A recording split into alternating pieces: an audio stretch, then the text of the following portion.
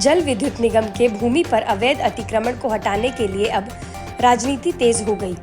आज कांग्रेस कार्यकर्ताओं ने पूर्व मंत्री नव प्रभात के नेतृत्व में एसडीएम विकासनगर के मार्फत मुख्यमंत्री को एक ज्ञापन प्रेषित किया, जिसमें कि कांग्रेस ने मांग की है कि इन कब्जाधारियों को निगम की जमीन पर मालिकाना हक दिया जाए।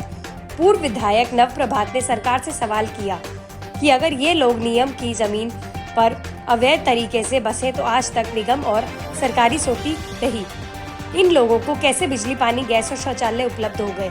एक तरफ तो प्रधानमंत्री हर गरीब को घर देने की बात करते हैं, वहीं दूसरी तरफ सरकार इन गरीबों के मकान छीनने में लगी है, जिससे कि भाजपा सरकार की कथनी और करनी का अंतर साफ दिखता है। वहीं दूसरी तरफ कुछ सामाजिक संगठन भी अब सरकार के अतिक्रमण हटाने के पक्ष में आ खड़े हो गए हैं।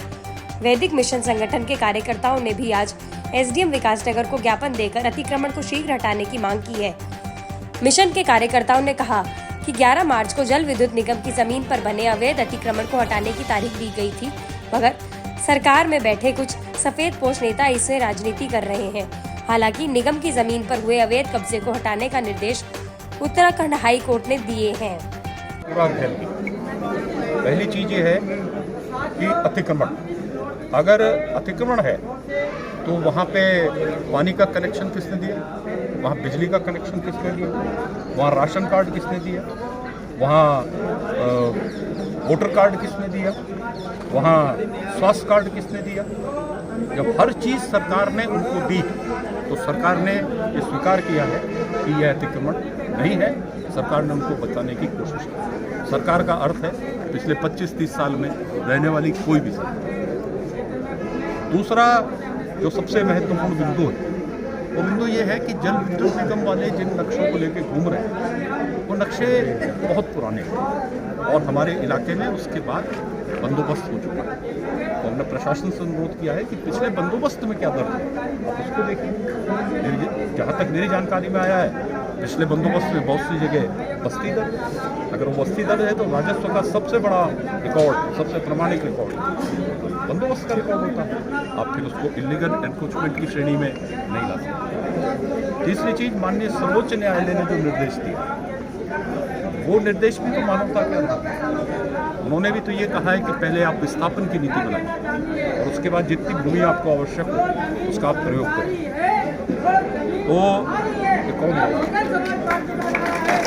तो उस आदेश के अंतर्गत राज्य सरकार को अपनी नीति निर्धारित करनी चाहिए।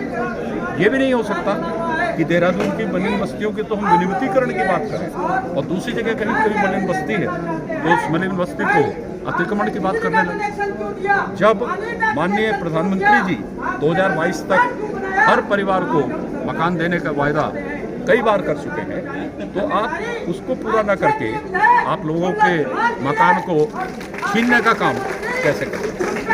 इन बिंदुओं के ऊपर हमने माननीय मुख्यमंत्री का ध्यान रखा। 11 तारीख तक का लास्ट नोटिस दिया गया था कि आप इससे पहले हटा लें, उसके बाद प्रशासन अपनी कार्रवाई कभी भी कर सकता है। 11 तारीख डेडलाइन थी हटाने की, ना कि कार्रवाई करने की। एक तो ये हुआ। दूसरी बात, इसमें कुछ जो राजनीतिक लोग हैं उनके हस्तक्षेप से, और ये मान लीजिए कि जो पॉलिटिकल पार्टीज जो वर्तमान में सत्तासीन लोग हैं उनकी मंशा नहीं है, उनके दबाव के चलते प्रशासन को काम करने में दिक्कतें आ रही हैं। ज्ञापन दिया है सर अतिक्रमण को लेकर। आज ब्लॉक कांग्रेस कमेटी विकासनगर द्वारा माननीय मुख्यमंत्री जी को संबंधित एक ज्ञापन दिया है, जिसमें तहसील विकासनगर में स्थित शक्ति नहर के किनारे की भूमि पर कब्जेदारों को बेदखल किए जाने की कार्रवाई को स्थगित करने के विषय में जो है इसको जिलाधिकारी महोदय के माध्यम से